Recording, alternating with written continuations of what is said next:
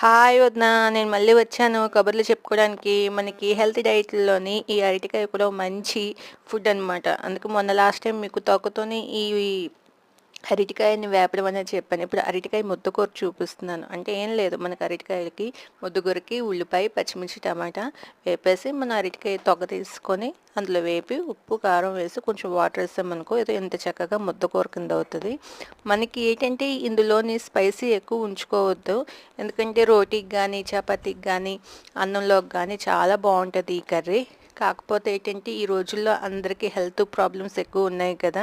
Spicy తగ్గించుకోవాలి. So BP control చేసుకోవాలి. వదినోయ్, బీపీకి మనము షుగర్ అనుకుంటాం కదా, సాల్ట్ తగ్గిస్తే షుగర్ కూడా కంట్రోల్లోకి వస్తుంది తెలుసా వదిన. సో చూసుకొని జాగ్రత్తగా వండుకొని మన హెల్త్ జాగ్రత్త కాపాడుకుందాం.